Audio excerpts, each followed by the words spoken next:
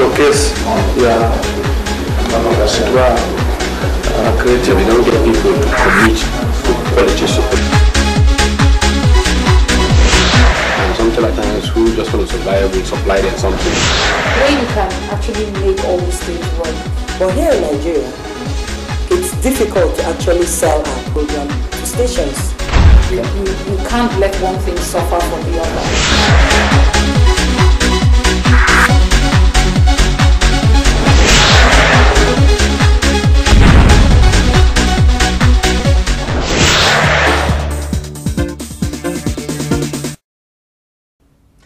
Hello and welcome you on to A Chat to the Professional, the show that has been designed to x-ray the activities of professional individuals and corporate bodies. Over the years, we have so much complained about the decline in our education. We have also complained about the woes that our economy has recorded, even in the midst of abundance. We have also continued to complain about decline in human capital development. And so today, we are going to be talking about that. And so my name is Martin Sobu once again, and I remain ever glad to be with you. We are going to be featuring a Nigerian in diaspora, someone who made his mark even here in Nigeria before traveling abroad. He started as a medical scholar, and then along the line also he went into politics. From politics, he left Nigeria for greener pastures. And today he is back to give us a theory he believes could turn things around in Nigeria. And so what we shall be doing today is finding out what those theories are and how we can actualize them. We are talking about Professor Onyeke, who today serves as a consultant to one of the major political parties. And what he has come to do, which I'm going to let him talk about by the time we come back from the break, is perhaps to assist us in restructuring and getting to where we should be. Please don't go away. A Chat to the Professional returns after this break. And when we come back, it will be the interview segment. Please stay.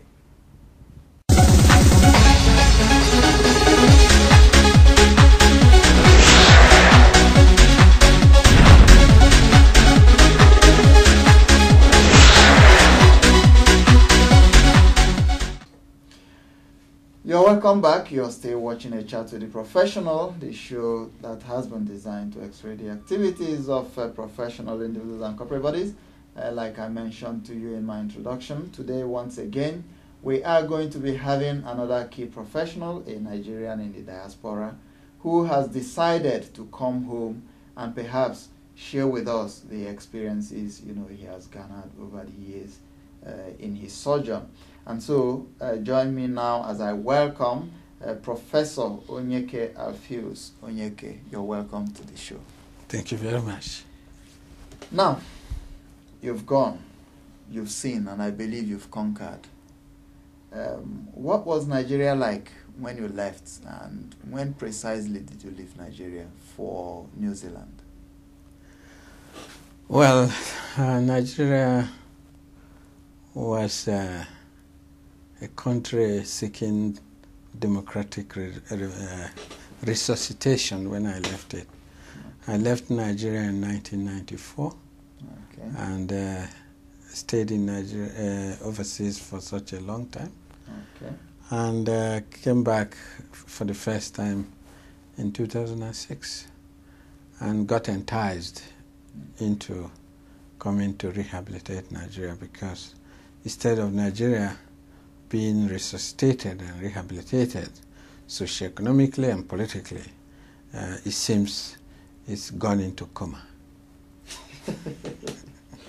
Well, the reason I asked this question was because from what I have here, I'm sure that if I begin to reel out your achievements, perhaps the entire episode might not accommodate it, but it might interest you to know, viewers, that professor here with me is a Professor of Entrepreneurship, President African Community in the Diaspora, Convener, Central Planning Committee, Nigerian Diaspora Global Forum, an award winner, Top Business Leaders, consultant currently to one of the party chairmen in governance and political affairs.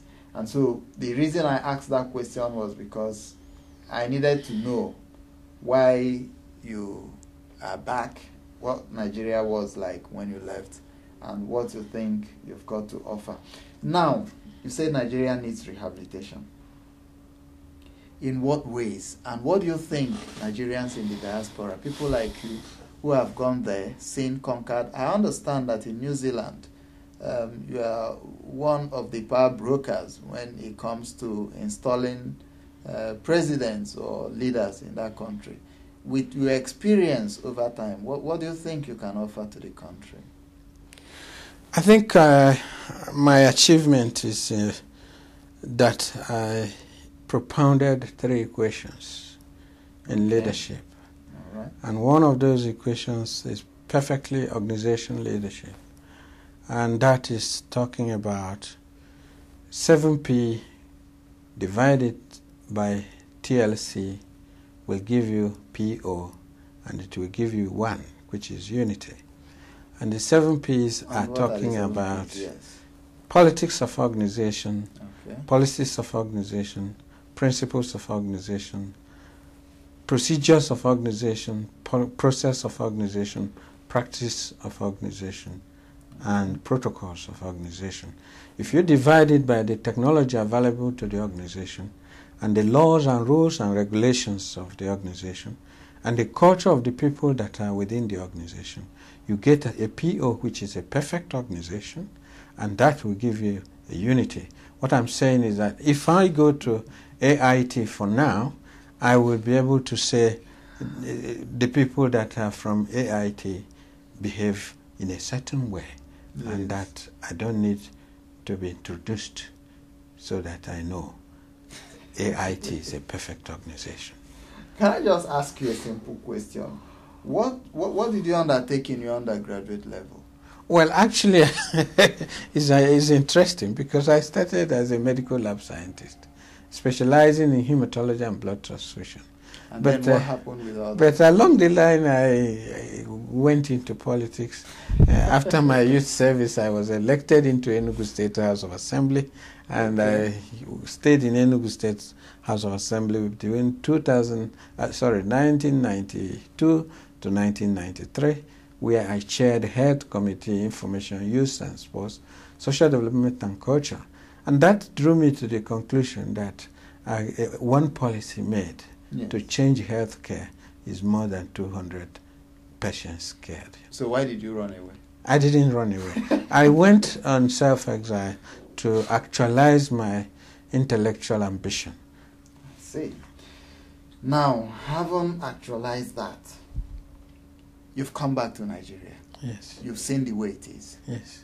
Now, compare what goes on here with what obtains either in New Zealand or any other part of this world. Where do you think we are lacking? I think one of the things I appreciate very much is that every organization has a unique culture that differentiates it from every other culture. Mm-hmm. But what I'm regretting about Nigeria is that our practices that is building our culture is not productive enough. I've talked with some media about productive education, and I will insist that Nigerian culture should be reflecting productivity. And that is not happening now. Well, at the moment, I am at loss as to how to introduce Professor Onyeke Onyeke. From being a medical scholar, he went into politics.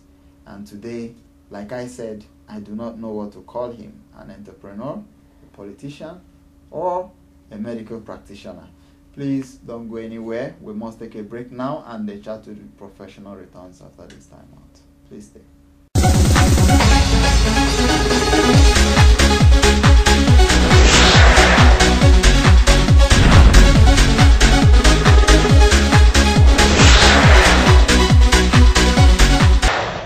Do you think we are where we should be? If not, what do you think we can do to have a better practice in the industry? I think information and a lot still needs to be done. We have done a lot, today we have different television stations, and communication has been enhanced in many ways through these television stations. And information dissemination is very important for us to know that you are able to communicate, you are able to reach out to other people. I believe we can still do a lot more in that area. We can still do a lot more by ensuring that more stations, more people are into private, I would say private organizations, that are into setting up television stations, and ensuring that there are more people disseminating information to other parts of the world, and particularly in the country.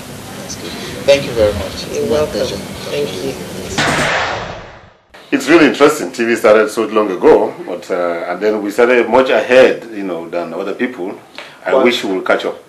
We'll catch up, or they will catch up. We started before them, but you wish we will catch up. Exactly, because I'm afraid now before you know you want the best in productions, you need to watch CNN, you need to watch Al Jazeera, etc.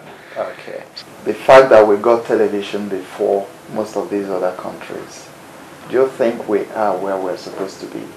Not at all. Not at all. I mean, they've advanced so much, and we're just tagging along. We need to go out there to get ideas to bring back home. I don't think that we are very original in most of the things we do, because most of what I see on TV is borrowed, especially these days where you have so many reality shows happening. You know that it's already been happening out there before it started happening here. There are very few indigenous things that have really happened in TV. Most of it is borrowed. So what would you advise? Well, I'd advise that the people who are into the media people should be able to either come together, sit down and formulate things, especially those who deal with media stations that are nationwide, to start things off by themselves. They should source for new people, as in young professionals, people that are just upcoming, and not sit back with what has been the traditional thing. The old faces are there to advise and guide, but it's always better to infuse fresh blood into the system, because these new people are dynamic. They have been watching TV for longer than in their life than the older generation, and so they have more ideas. They are more versatile, and they could come up with a lot of new things, new ideas. And when new ideas come, they should be welcomed, and people who come with them should be credited. 50 years down the line, do you think we are where we should be? And if not, what do you think should be done, to pep up in terms of production and even signals? Let's put it this way, we are not exactly where we should be, but I think we're making steady progress. I mean, if you take the number of television stations, that are in the place now, there are quite many. In Edo State, for instance, where we are now, we have the Silverbird now, we have independent read television, we have the NTA, we have EBS. These are 4 stations here. Other states, have either 2 or 3 or 4.